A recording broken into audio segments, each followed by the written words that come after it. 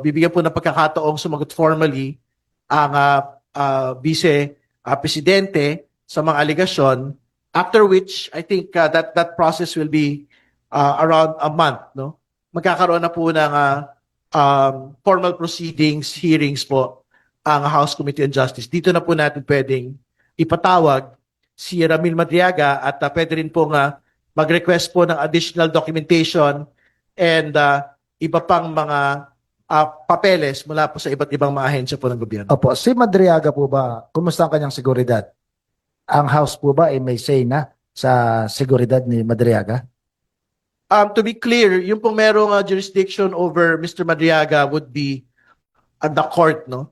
Na nagsisecure po sa kanya, and yung pong BJMP facility kung saan po siya nakadetain sa kasalukuyan dito po sa Bikutan, Taguig, no? So I think Congress will have to coordinate with the court and the BJMP para ma-secure po yung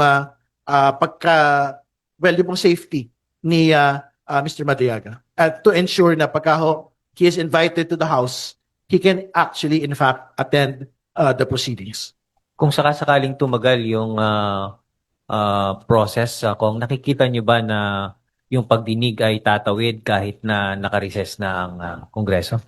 Ang inaasahan natin, kasi magkakaroon po ng break ang Kongreso by the 18th of March, that week of the 18th. No? So, dahil hindi naman kasabay ng legislative calendar, yung po mga impeachment proceedings, it is an entirely separate proceeding with its own rules and calendar.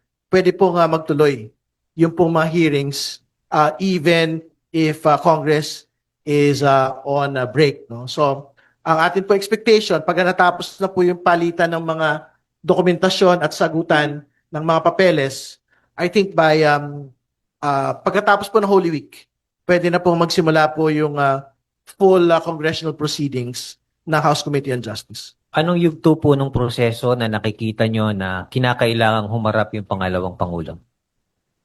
Again, sa totoo naman po, ibinibigay po natin sa pangalawang Pangulo ang karapatan na magpakita at hindi magpakita, no, sa atin pong mga proseso, no. So siya ho ang bahala, depende ho kung paano ho ilalatag yung pong depensa ng pong pangalawang Pangulo. Sila po yung magpapasya kung makakatulong ba sa kanila pong kaso yung pong pagpapakita, pagharap ng atin pong Vice Presidente sa impeachment proceedings po natin.